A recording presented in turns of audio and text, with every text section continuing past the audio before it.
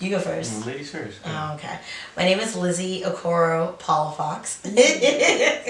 I'm 34 years old, and I'm from Los Angeles, California. Okay, I'm from LA. I grew up in the Valley. This Valley hater likes to say that I'm not a true, authentic LA person, but I am from LA, Los Angeles, California, born and raised. Thank you. Just feeling the anger. My name's Kevin Palafox. Kevin Okoro Palafox. Yes. Yes. We share the same last name because when we have kids, we want to make sure that the Nigerian Mexican heritage is alive. So yeah, but I'm from Los Angeles, California, LA proper. I grew up. I was born in the East LA area, but grew up mid city, then Whittier, then back in LA. So kind of lived all over the Los Angeles County. Did I say my age? I'm 36, and I'm trying to be concise. That's it. That's it. Cool. Because I feel like you're like, where we're really from. Oh, yeah. Oh, I love that.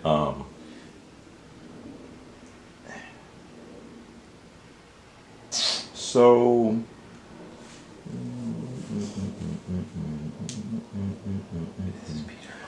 you say Nigerian Mexican roots. I'm actually really curious about that. A lot of this is it touches on, so like a lot of this is supposed to touch on capturing black culture, right, from the perspective of the people within the culture. And so, you know, she's African, but she's also African American since she's in this country, and like she, you know, her whatever she does, it adds to the sophistication of black culture, which is seldom misunderstood, I think. Yes. But now what's great is that, you know, she's married somebody outside of African American community, but into another minority community that has, you know, suffered similar struggles. And I'm very curious to see how you guys have, like, you guys have, I'm curious to see you guys' background similarities, you know what I mean? Like, and when I say backgrounds, I'm talking about like, you know, parents and grandparents, how they were educated, where they were from, you know, and that'll tie into, you know, how you guys, when you guys met and started dating, you guys saw certain similarities in each other, and how you guys managed to meld those two different backgrounds with each other. So we'll start off talking about, you know, a little bit about your parents and grandparents and where they're from, you know, who, you know, what they lived like, how they grew up. I can start. Yeah, so my mom is Black American. Like, she's born in Chicago. Her roots are in DC and Atlanta. And then my dad was born in Nigeria. He came here when he was like 19, 20 for college. He went to Kansas City. So, like, literally coming from Nigeria to Kansas City, big culture shock for him. I remember him telling me the story that his roommate was pledging alpha, like, was pledging to become an alpha, and he was so terrified, like, what is this witchcraft voodoo that this man is doing? Because all of, like, the Greek fraternity and, like, hazing, he was really freaked out. That's just a funny side story. But yeah, that's my parents, their background. Unfortunately, I don't really know much about my grandparents because my grandparents, my mom's side, both passed away before, like, by the time I was like 1 year old. And then on my dad's side, my grandmother passed away. I think my grandmother passed away right before I like was able to meet her in Nigeria. And then my grandfather, he actually did come to America and he lived with us for a little while.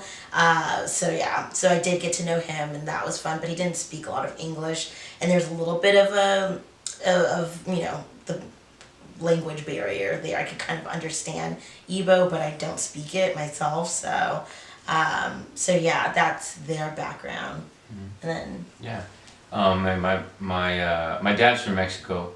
My mom is she was Chicana, which is Mexican American. My grandmother on my mom's side was born in Mexico. Came over. My mom was born in El Paso, and at that point there really wasn't like that heavy border situation as much. You could kind of come and go as you will, and so there. But then they ended up moving it to Santa Monica. So my mom was like pretty much grew up in like LA, Cali area. And my dad, he came when he was about 14 or 13, and I remember like my grandfather, his father ended up coming out here and then eventually sent over from my dad and my uncle. And then my dad kind of just like immersed himself into like American culture that way. So yeah, but he adapted pretty quickly. It's funny because like my uncle did it, his brother, like it took him slower to get into like American culture. My dad kind of hopped in a little bit more. And he went to you, Arturo? My uncle Arturo, yeah, because my uncle still has like a thick accent, and my dad like he has one, but like he could kind of play with it a little bit. So some people are like, oh okay, yeah, you've been here for a while. So yeah, but then but I speak Spanish as well, fluent in Spanish. But then my dad wanted me to. We didn't speak a lot of. I didn't speak a lot of Spanish because he wanted me to learn English. He didn't want me to have like an accent or anything like that. But I always understood it, and then I actually ended up speaking it more because of my aunt who lived with us, who was from Mexico. So then I understood it, and then I just started speaking it more and stuff like that. So but that was always important. Like that's one thing. Like with Mexican culture, it's always like the language is such an important thing. Like a lot of times that's how you are identified as being like Latino, Chicano, whatever, Latinx. Yeah. It's funny though because I think I was just having this conversation either with you or someone else about how it was with Levi about how language is so important in the culture, and I feel that I think it's similar with any sort of like immigrant background. It's like if you don't speak the language, you're kind of like not seen as being authentically a part of the community. Nigerian is though it's so like if you don't speak the language, it's kind of okay that you don't, because most people don't. They're very Americanized. It's kind of seen as higher status to speak English perfectly, you know, to speak like the Queen's English, essentially. So to kind of have like this British kind of influence.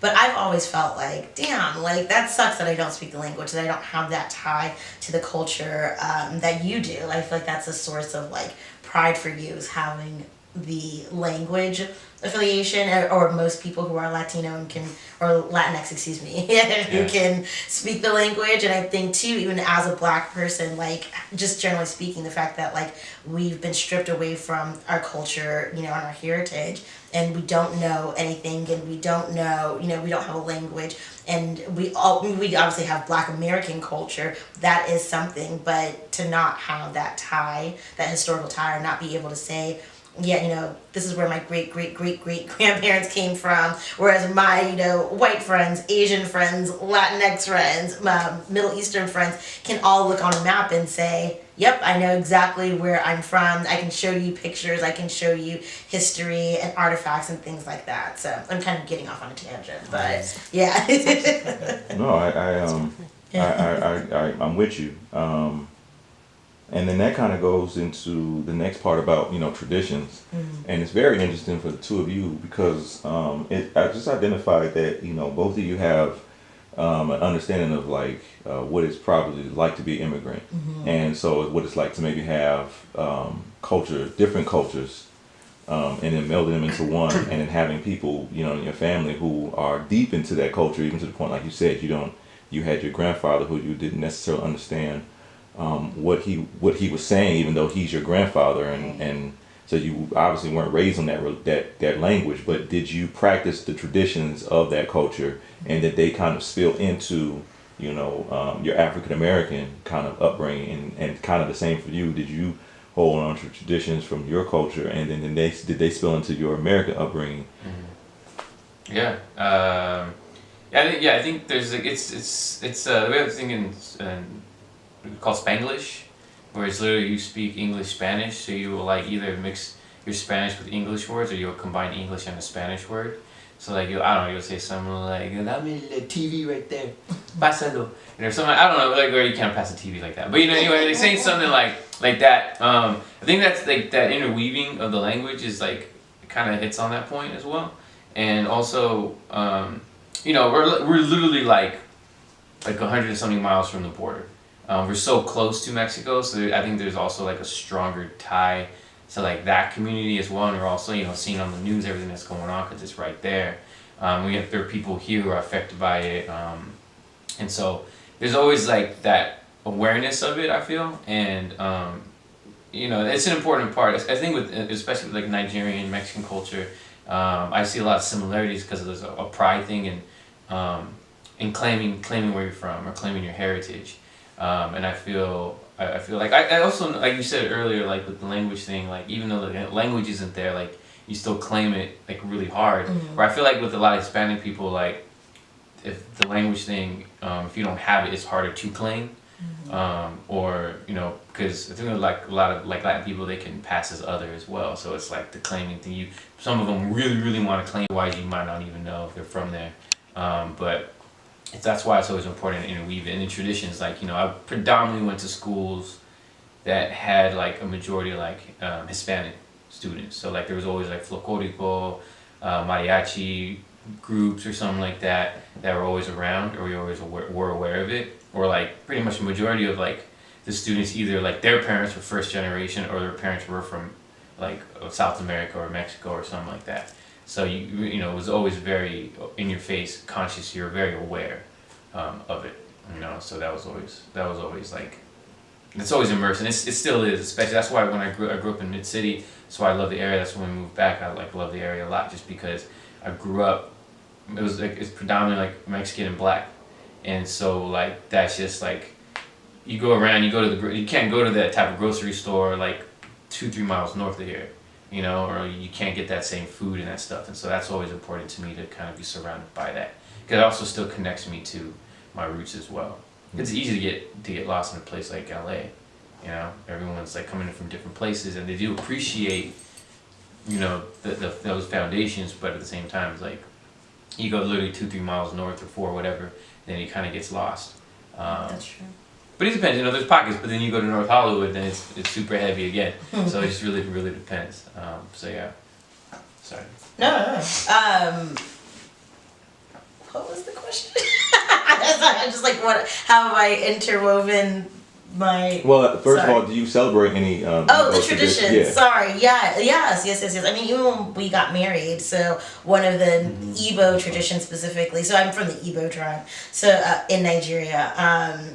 So one of the traditions is called a wine carrying ceremony, and so you're supposed to literally like take a cup of wine, of palm wine, and walk through like the village. If you don't have a village, it's kind of like a makeshift whatever. Like you're walking through the crowd to present to your husband, and some of the guys are trying to like grab or claim your wine. You're like, no, this is my wine for my husband. So you're like doing this dance to like give him the wine, and then finally reach the wine, and he drinks from it, I drink from it, and my dad gives the blessing. And so that's just like a small thing that I was like, I have to incorporate that. Like there's not necessarily bridesmaids, not in the Western American sense, but there's like the bridal.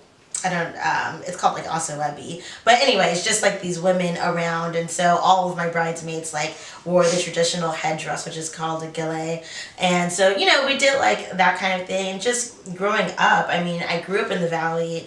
I grew up in a predominantly non-black area, I'll just say that. So it was like very heavy very heavy white and Jewish, very heavy Asian, very heavy, Latino, very little black. So even the black kids that I did interact with didn't really accept me, so I was always being called an Oreo, and I was like, no, I'm not white on the inside. Like I'm very much like proud to be black. Like I'm blackly black. Like I love being black, like I love it.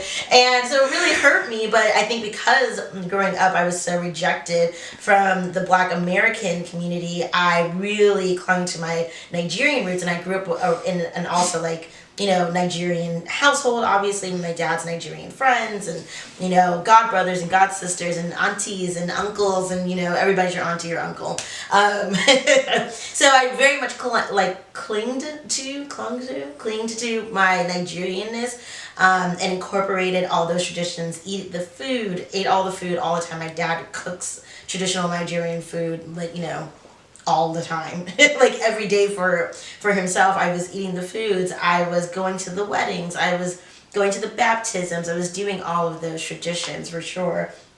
But at the same time, it was just like, even though I'm doing all of this, I'm also noticing how similar it is to the Black American experience, of course, without even knowing it. I was just like, oh, it's not really that different, in terms of like the respect level for your parents that you have to give. Like, you know, you go to your white friend's house and they're calling their mom, you bitch, like that, and you're over here like, what? Who are you talking to, Bobby? You know, like that kind of, like, who are you, like, literally, who are you talking to? My dad, I would be buried 6 feet under. My mom, I would be buried, like, that same kind of, like, you get good grades, you get, you know, good marks on your report card, like that kind of heavy, you know, academic thing,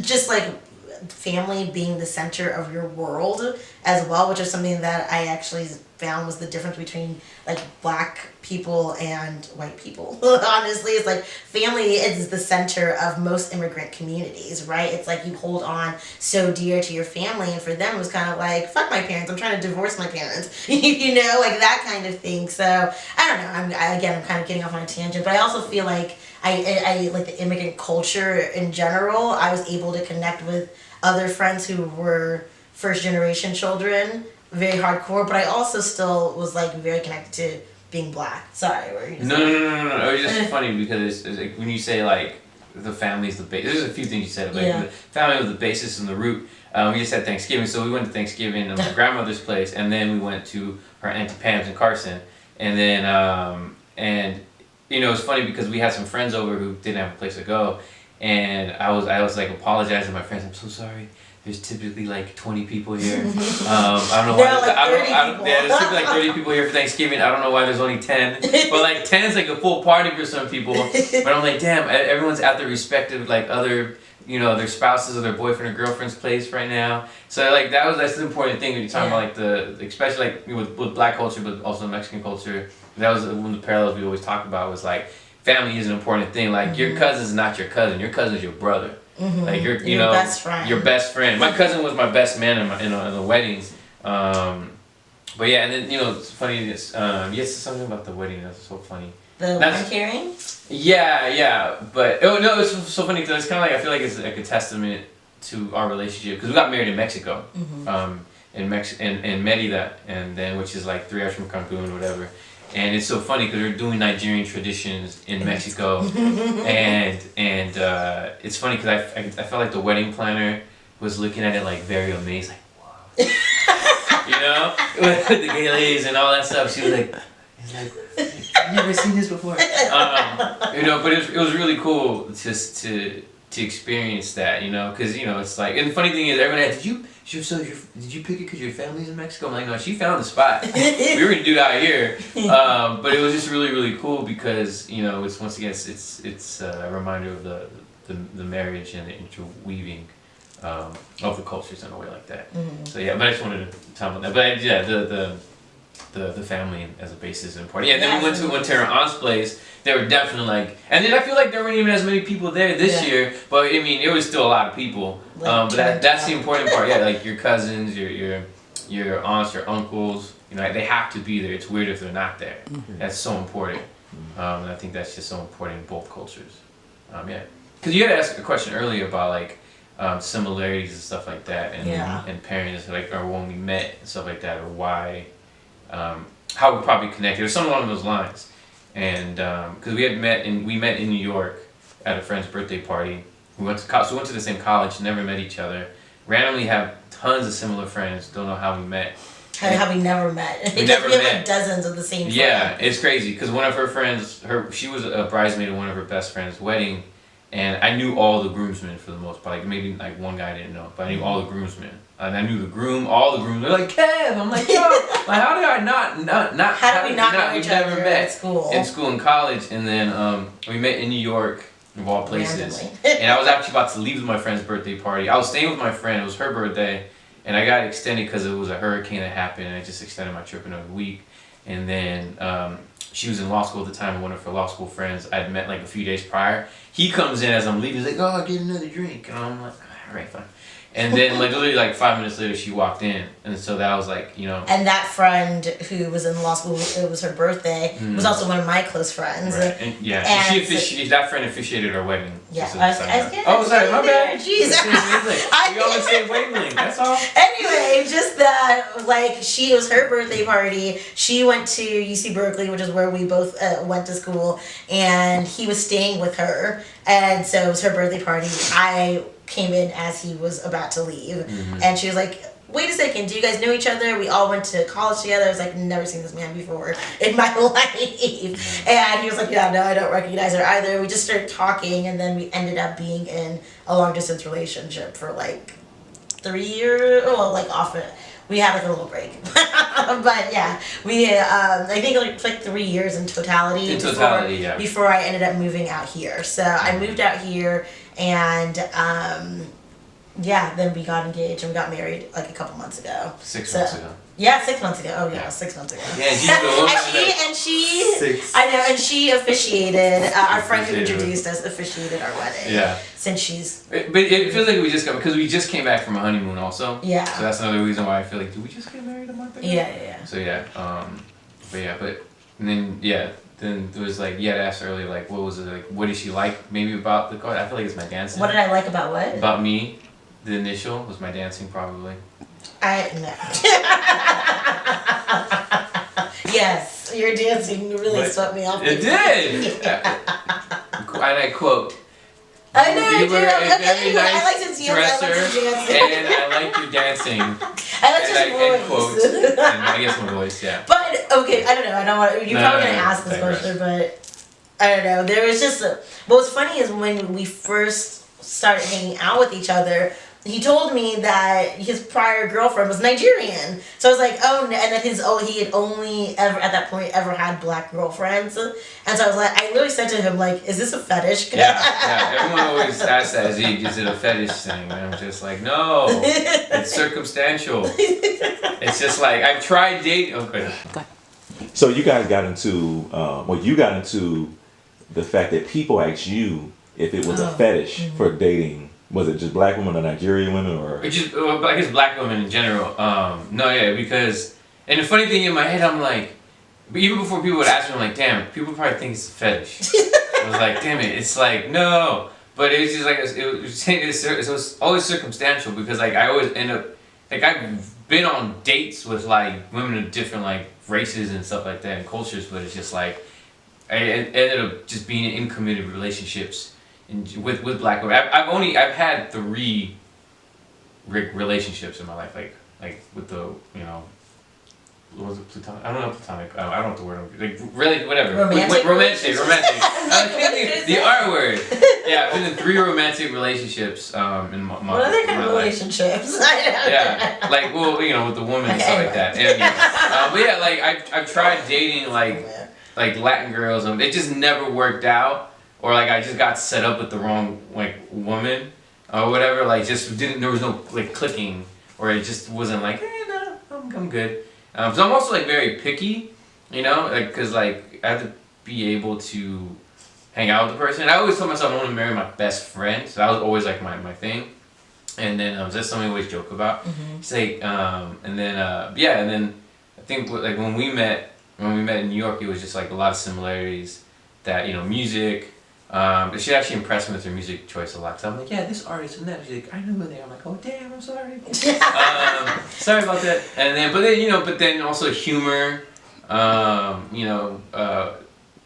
fashion, or she was just aware of certain things. Cause I'm a big sneakerhead. I was a bigger sneakerhead in general, and like she was like aware of those things, but just things that I was doing or whatever. And then she was a creative person as well. So I think it's just a lot of those parallels, but that was just a lot of things in general. I think the relationships I have been in was just because they were just like something that was like a connector and stuff like that. But yeah, people always like, is it a phase or whatever or something like that. I'm like, what? I don't know what you're talking about. Like, you know. So I was just, like I said, I'm very, very, very picky about relationships as well. It's just, like I said, circumstantial, and that's just who I happen to be with. And, you know, and that's kind of like that situation, I guess. Yeah. How did you feel about that? I mean, is this your first time hearing this, or you've known this? No, because I asked him like straight up, like, wait, is this a fetish? Because I'm not down with that. Have you experienced that before? Not personally, but like friends of mine who had other relationships, like interracial relationships, had definitely had guys kind of say things to them. Actually, I did experience it. I never dated someone, dated, but I had one guy on Tinder. This was when we were broken up. I got on Tinder. I got on Tinder, and one of my first experiences was some guy who was like super nice white guy. I think he was white. Super, super nice, and we're just talking through the app, and he's like, I just, my ex-wife, we actually divorced because I was addicted to ebony porn, and I just wanted to... And he's like, I'm just so curious about black women. I've never been with a black woman. I would love to be with you. And I was just like, block. I don't know what this is. But I just couldn't believe that this was a real person talking to me. And I've had other friends who've also dealt with the kind of fetishization of them, like, using those kind of keywords, code words of like, you're exotic and whatever. I've never had head from a black girl or things like that. Like just saying these really off-colored remarks about them being black. It was just like, oh, that's lame. But it wasn't like a frequent occurrence, but enough to kind of put up that red flag. Also, to be quite honest, I never had a boyfriend who wasn't black. Up until Kevin, I gone on dates here and there, but for the most part, like 99% of my dating life, whether it was a casual date or a relationship, was with black men, if not Nigerian men. So this was definitely like a little bit different for me. So I was just trying to like make sure that I wasn't like just some kind of like experiment or something with him. But I felt very comfortable and confident immediately when he said no, because he was so offended by it that I was like, okay, all right, like, sorry, my bad. I believe that you're not like, trying to talk to me just because I'm black. So, yeah. So what do you think was the thing that kind of common bonded you guys? I think kind of like what you were saying earlier. I think like just generally speaking, we had so many things in common in terms of just like taste in music, taste in fashion, like goals. I said this to him during our vows, but I was like, you were literally my dream man. Like, the joke is that my dream man was a 6'3" Nigerian man. Nigerian prince. Nigerian prince. I never said prince. I think I had all. They're all princes. If you ask any Nigerian man, he's a prince. You ask any Nigerian man, he'll tell you that he's a prince, he's a chief. So I didn't need to add that on. But I said, there was like, at a certain point in my life, I understood that it stopped being about the physicality of it or like checking off boxes, and it was really like, what am I looking for in a partnership, in a partner? Like we were talking earlier about marriage, and it was like, I guess I've always wanted to be married, but I don't need to be married. The only thing I've ever wanted that was like to have children. So that was really important to me. Like if I died tomorrow and didn't have children, I would come back and haunt everybody, like haunt all the babies, all the moms, because that's something that's really important to me. Getting married was like whatever. If it happens, then great. And I said though, I want this type of person, someone who's kind, who has values, who, has goals and is very ambitious, someone who executes on that ambition, someone who treats me well and has family values and wants to get to know my family and my friends, who my friends in a lot of ways are my family as well. And so, all of those things were just like evident for sure. Kind of bringing it back to like what am I trying to say? Him being Mexican or being the child of immigrants. I don't think that was like a big thing. There's something that I've always connected with, like I said, that when I was growing up, with just like when you are a child of an immigrant, there's so much pressure on you to perform, because it's like, listen, I gave up my life to come to America to make sure that I had a better future, and that my children and my children's children had a better future. Like, that's something that I think we all share in common in terms of being children of immigrants, that experience, that pressure, honestly, because it's a lot of pressure to perform. And so I think that was something too, like that, I could always talk to him about and know that he could relate to it. And that might have been something that, like, my Black American boyfriends or whatever, we didn't necessarily share in common. It wasn't a make or break any, thing, but I will say that was something that did tie us together, I would say. Yeah. Yeah, that's awesome. Yeah. That's awesome. Oh, thank you. Yeah. Doing my job for me, man. So, yeah, we could just, okay, so. Love you. Okay, so now, what do you currently do? And just kind of talk briefly on it. Sorry. What? Briefly. Yeah. I feel like I'm least brief, so you can go ahead while I think through my answer. Yeah. What? Pretty good. I'm an actor, and I write as well. But yeah, I'm an actor. That's as brief as I can get. Yeah.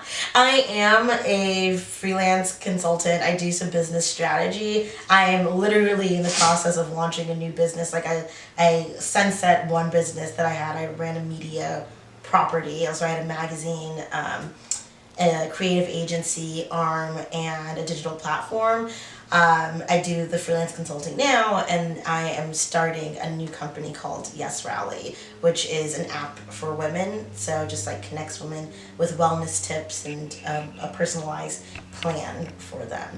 That's why I said, it's like, I feel like it's such a mouthful. I don't know. I can't just be like, yeah, I'm the CEO of Yes Rally. I have to like say the whole thing. Yeah, you gotta know what it is. Yeah. So yeah. Mm. Yeah. That was another thing when we met. She's such a entrepreneur. Because at that point she had her own. She's had her own magazine in the past. She was a founder, editor in chief, and she had just was about to start it around that time we met. Mm-hmm. She was kind of just, I think it was like an idea and stuff like that. So that was like another big connector.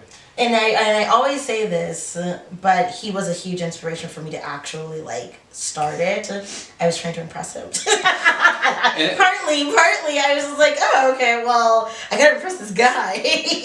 Because you were doing so many things. I was doing other things. I was working in fashion. I was also like working on with clothing brands and stuff. I used to be like a buyer, and then I was had my own brand at one point and stuff like that. So I think that's around that time. I was like still doing the acting thing, classes and stuff, like training.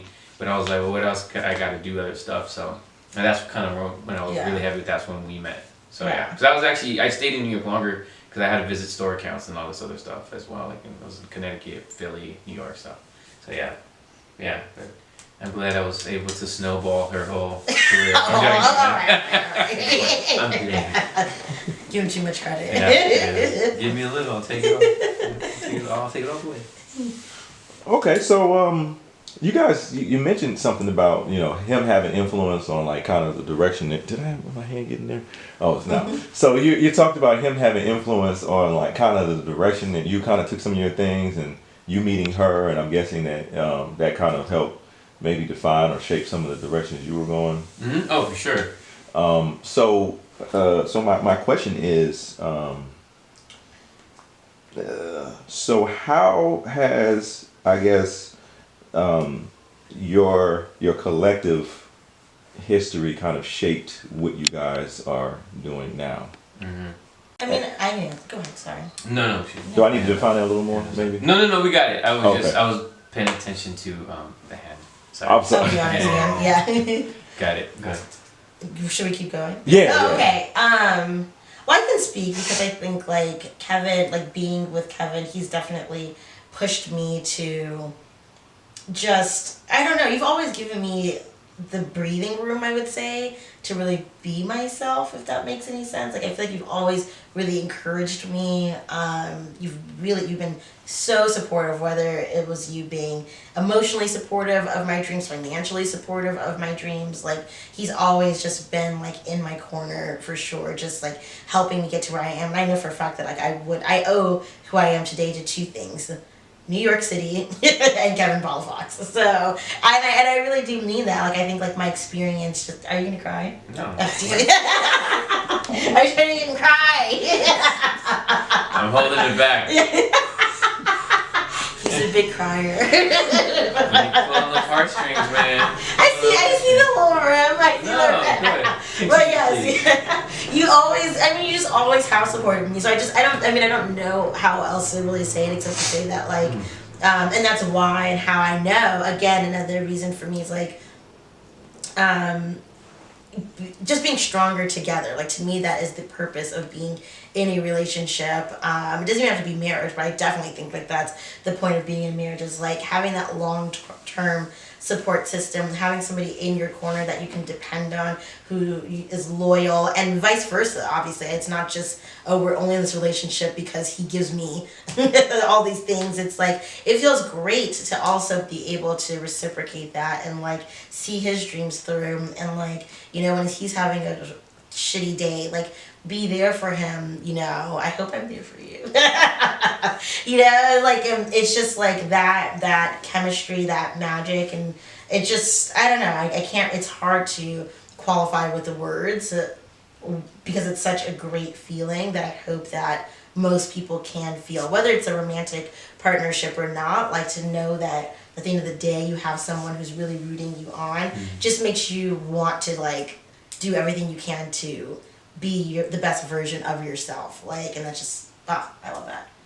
Yeah. Sounds nice. Oprah said it, so I just, I remembered it. No, I'm kidding. No, yeah, I mean, from seeing her work, and then there's our baby boy Peter. This is our dog. Peter. This is our dog Peter, who decided to walk all over. Yeah, he loves attention. He's literally like a dog cat. Anyway, no, like, seeing her work, just also, like, her approach to things. I feel like I'm in court. I don't know what that means. I don't know signs that well. But apparently, I don't know, I'm a dreamer. I have a huge imagination. Like, I literally have, like, been in a Target aisle, I grabbed cocking guns, and I pretend I was, like, in Die Hard. This was probably last week. He's like, it was probably yesterday. And I realized, and I turned around, like, a lady was with a car, like, it kept going on. My bad, I got it in my mind. But it's always been like that, whether it was, like, I was a kid and, I was playing in the backyard or whatever. I was really imaginative, and so I've always had, like, oh, it'd be sick if I could do this and do that. And I feel like a lot of creators can relate to that. And, but also at that point when, and I, start making moves and make those initiatives to make those things happen. And I feel like, once I started doing that, but then even with Lizzie, I feel like that's more, it's more of an enhancement, but it's also being more strategic. I think she's more strategic than I am as well. And it's also, like, a different approach. Like, you can't approach your career the same way all the time. Otherwise, you're just gonna get the same results.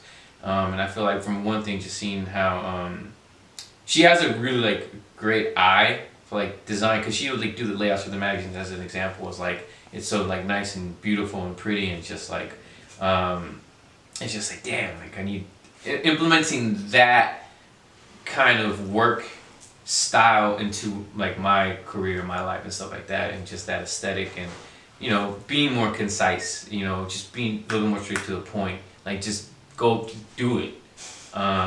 It's an important part. It's always, like, a constant reminder. I feel like that's always what I take away from, like, that part, because even, like, I did a play, and she out, like, let's do your website. I'm like, okay. Like, we'll do it. And she's like, no, let's do it. And then we did it. Like, I was like, oh, cool. Like, I got it. We got to do it. Because I have my list of things. Like, I'm going to get to it. And I know eventually I will, but it's more of, like, I just do it now. And I just, she's helped design, like, the website for the play I did.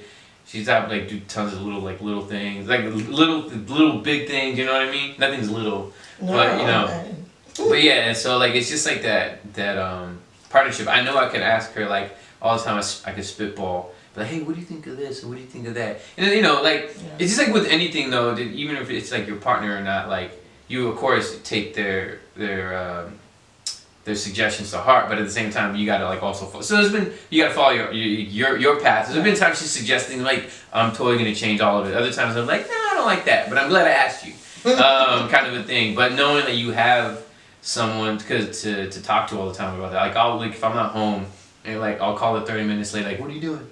And she's like, you just saw me. I'm like, oh yeah, sorry, but yeah, what are you doing? And so, but having that person to help with your career and stuff like that as well, and who understands, that's an important part. She gets it, but like she said earlier, we give each other like space to breathe. I mean, like we're together, we love each other, we hang out all the time, but it's like also, it's like, hey, I'm not hovering over you like all the time like that. So she's able to do what she needs to do, and I need to do what I do. That's an important part. So Lizzie, so I guess is there anything that you can attribute from your past that has helped you develop that ability now? Oh, definitely. I mean, I know I said I attribute who I am today to two things, which would be him and New York, but as soon as I said it, I was like, parents! Yeah, I'm about to say Audrey and Felix would be like, I know. They're never going to see this. No. Definitely, I mean, I attribute, of course, who I am today to the experiences that I had growing up as a kid. So it's funny, my mom laughs at this, but my mom has worked at the post office for 30 plus years, or maybe 30, I think it's 30 years. She's worked at the post office for 30 years. She hates it. She hopes that place burns down. Like, she's always hated it. And my dad was like always an entrepreneur, and so he always had his own business. And so just growing up was like, okay, so 9 to 5, no. Entrepreneurship, yes. Like, those are kind of like, the first kind of seeds. So I've always been very entrepreneurial since I was a little girl, like always trying to sell, the classic lemonade stand, or literally ran a pyramid scheme, which is not great considering that I'm Nigerian and we have a reputation for those things. So not great in the 3rd grade to almost get suspended. I was always like, trying to, I don't want to say hustle because that has a negative connotation, but I was always just trying to start something. And my parents were actually very supportive of that. My parents kind of just know, like, I do my own thing. And they kind of trust that it all works out. But yeah, I mean, I think I've learned, like, discipline from them in a lot of ways. I've not learned discipline from them in a lot of ways. I'm much more like my dad than I am like my mom. I don't know if you agree with that or not, but I think I'm much more like my dad than I am like my mom. But then as I've become older, I think I'm more like my mom. I think you're both. I think I'm both too. Like, my mom is very like sensitive, very emotional, she can be very quiet or she can be very loud. It just really depends. I'm like your mom. You are like my mom, for sure, like my mom. With my dad's very no nonsense, very straight to the point, no filter whatsoever. I mean, he's learning to have a filter. Oh, yeah. No. Yeah, but he has no filter. He'll just be like, I don't like that. You look terrible. Like, go take that off. Like, you look fat today. Like, he's just like, no filter. He's Nigerian. He's like, listen, I've been through a war. Like, I don't have time to sugarcoat shit for your feelings. And don't disappoint me, you useless goat. Like that. So funny. I remember when I asked her parents for permission to marry her, and I remember, I don't think I've ever heard the story. I don't know what you're about to say. Yeah, you've heard the story. Oh, okay. No, it's so funny because I was like, also at that point I was a lot closer to her mom, so I was like, called her mom, I was like, hey, I don't have like, Dave's number. And she gave it to me, and then he knew like we were dating for a while, but I really had never really met her father, and for some reason every time I was supposed to meet him, like I wasn't like in town or whatever. I was just your magazine stuff and all this other things. Like, really. Anyway, so for some reason, there was a chance you didn't really meet me. And then so I call him up, and then I was like, hey, I left him a voicemail, and then he calls me back. I'm like, hey, this is Kevin, this is his boyfriend. And he's like, who are you? He's like, I don't know what your relationship situation is. I mean, you guys are dating, what are you guys doing? Da, da, da, da. He was like straight to the point. I'm like, oh, yes, nice to meet you too, sir, nice to talk to you. And he's just like, straight to the point. It was just like, I had to get it out, like, can I come over? And then, when I went over, he was super direct. He's like, so, what do you want? And I was like, pretty much, I was like, oh yeah, well, here's some whiskey, and I'm gonna marry your daughter. If that's okay. So, but he's just always been that way. He's always been that way. So I just think I'm like the best of both. Yeah. My mom is very like just I don't know. She's very. I don't know what the word is I'm trying to look for. Your mom, I feel like your dad gives a side hug. Your mom gives a full hug. Like your dad's like, it's good to see you. And your mom's like, oh, hold on to you. And not to say that he's not cold. No, he's not. At all. He's such a they probably balance each other out. He's such a loving man. Yeah. Yeah, he is. He just like give him a few shots of whiskey and he'll give you the front. You'll party. You'll party. You know, but he loves everyone. He's just like, you know, he's just being a dad. All right, we're gonna get to the next question. We don't want to.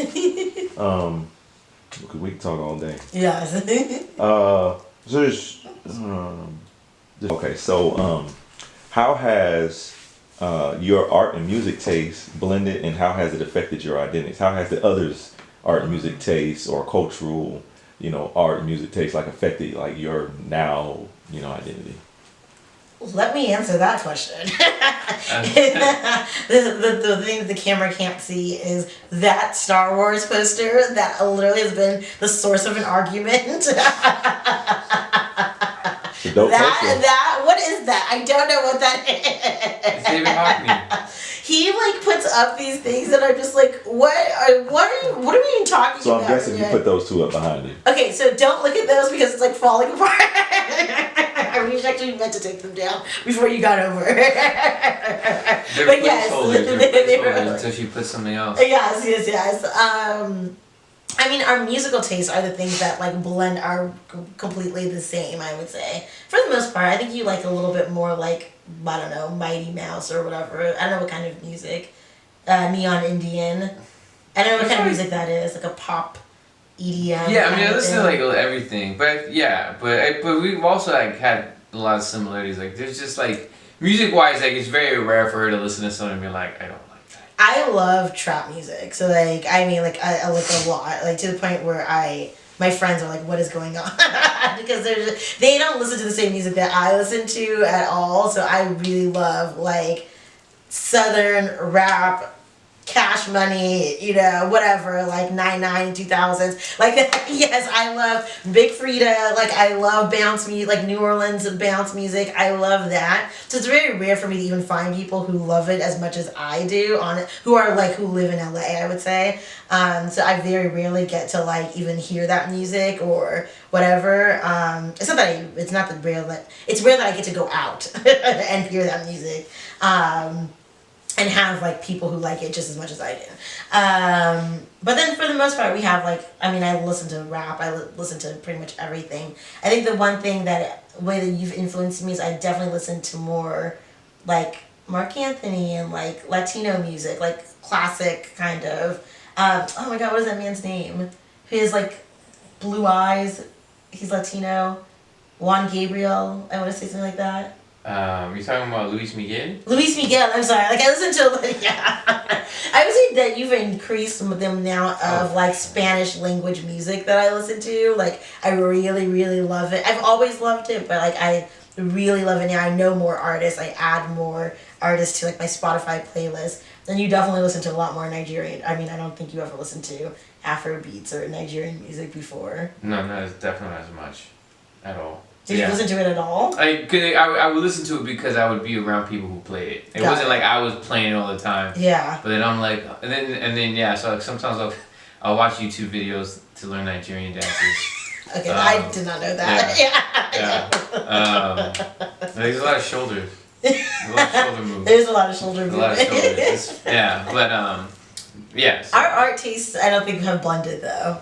I don't think we've really made an effort to blend. No, we need to make more of an effort. We do because these things. There's like a lot of things that are similar, but like I'm a huge pop culture fan. He is. Like a huge pop culture fan, like with the Star Wars poster. I got like a little like books or like, you know, things like that. Like I just love like the pop culture stuff. So that's that's collectibles. Yeah, that's a big thing that like I'm into, and then she's not necessarily into it per se, but she gets it. Yeah. It's funny because he's like, I wish I was into something like that, Where like I'm like, oh, He's like hardcore. You have no idea. We could open up that closet and you would see. like yeah, like I'm like he has like dioramas and like collectors. Like yeah, like I'm like a collector. Like I said, I collect sneakers. I collect like just like old antique stuff. It depends, but it's more like it's very focused. But yeah, it's really into that. So like once again, like it's one of those things. But I love her aesthetic and her style. So it's just like, I'm like, dude, just do what you gotta do. I'm not gonna complain about it. Probably. Except the Star Wars poster. It's gonna come down. So I kept saying, find something to put up there. Find something to put up there easily. Do it. Okay, this is on camera, right? It's okay. on camera. You're gonna send this to me so that okay. Because as soon as you leave, it'll be a different story. Okay, so then here's another question. Do you think that you guys, when you start buying more art and things for the wall, are you going to make an attempt to preserve your individual cultures while trying to blend them together in the house? I actually look forward to that. I think like right now we're in this process, like I said, of like kind of overhauling our apartment and like adding new pieces and furniture and things like that, and definitely can't wait to like put up new art and making sure that it's definitely reflective not only our style but like the type of art that I'm into is more so photography, like, and I love classic images. I used to have this I still do actually have this print of my dad during a Nigerian ceremony that all the boys go through. So he's in full regalia, like he looks like a warrior. His abs are like rippling, and that's one of my favorite images that I had like blown up, and I used to keep it in my old apartment in New York. Yeah, and I just haven't put it up here, but it's just always important to me to like have a visual reminder, of course, of like where I come from, where he comes from. We do have like little knickknacks from like our travels, even there's something behind you, but that's like representative of his culture and. Obviously, of course, representative of mine as well. Right, Black American and Nigerian, I would say. Right. Yeah, that picture of her dad is really cool. I know. I'll have to show it to you guys when we're done. Cool. But yeah. Yeah. For sure. Yeah, that's important. Okay. The next. What's it? Oh, the next question is it's not a question. It's a game. Oh. So this game it's called the word game, and what happens is that I ask you a word, and it's based on conversation that we just had, and you give your the first thought that comes to your head. Okay. And it only has to be a word; it doesn't have to be an explanation. But if you feel so generous to explain why, just go ahead, go through with that. Okay. Yeah. Make it quick, Paul Fox. All right. So the first one is language. Rich. Travel. Spanglish. Oh. What he does all the time. I wish my word could be ha ha ha. No, it's what's the word? Funny. It's funny to me. I love Spanglish. It's just so funny. Nigerian food. Oh, jollof rice. What's the word for one word for more? More. I need to have more. I've only had I feel like I've had the tip of the iceberg barely. The valley. Home. Dreadful. You're dreadful. Family. Oh, everything. I was gonna say everything. Everything. It was like everything. Pride. Oh. Dangerous. I was gonna say me. Like prideful. I could be prideful. Prideful is different than I feel like this is the way you. Okay, prideful. Prideful. I feel like it's me. Like I'm very the center of me is like I'm fueled. I'm fueled by pride, which can be dangerous, but yeah. Yeah, but being proud. I say prideful. Just proud. Foundation. Black fetish. Not Kevin. Not Kevin. That was a joke for me. Third grade pyramid scheme. Nigerian prince. Oh my god, our children. Actually, I would be so proud if my kid came to me and be like, "Did you get in trouble for?" And just in front of the principal, like, "Bad."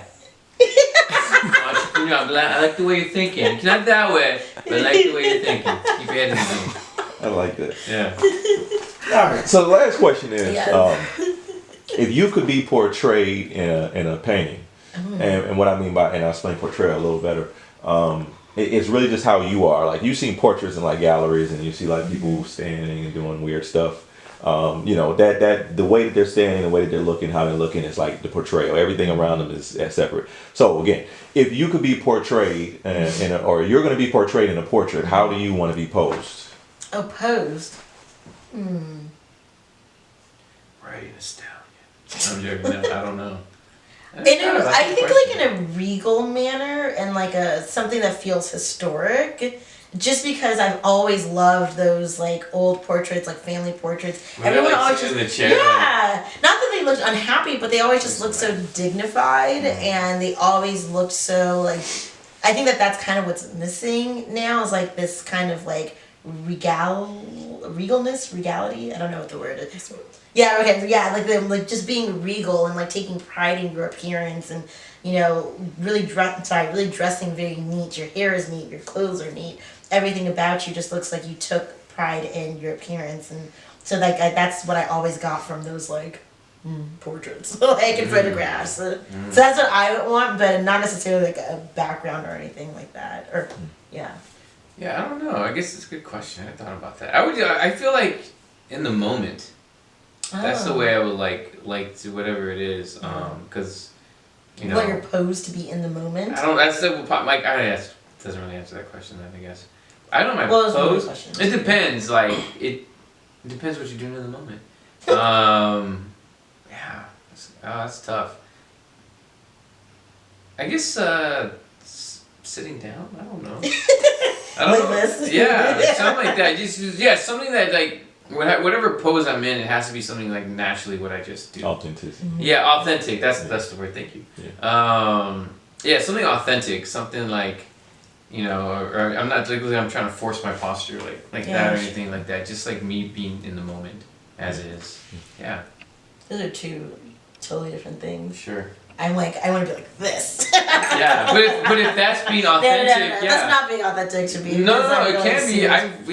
We've been at like parties and stuff like that. I've just been like she's been sitting and I've been like right there with her or whatever, and just like that's authentic. I'm saying I'm not. What I was describing was not necessarily authentic. It could. Oh, to you. Yeah. Oh, it could. Well,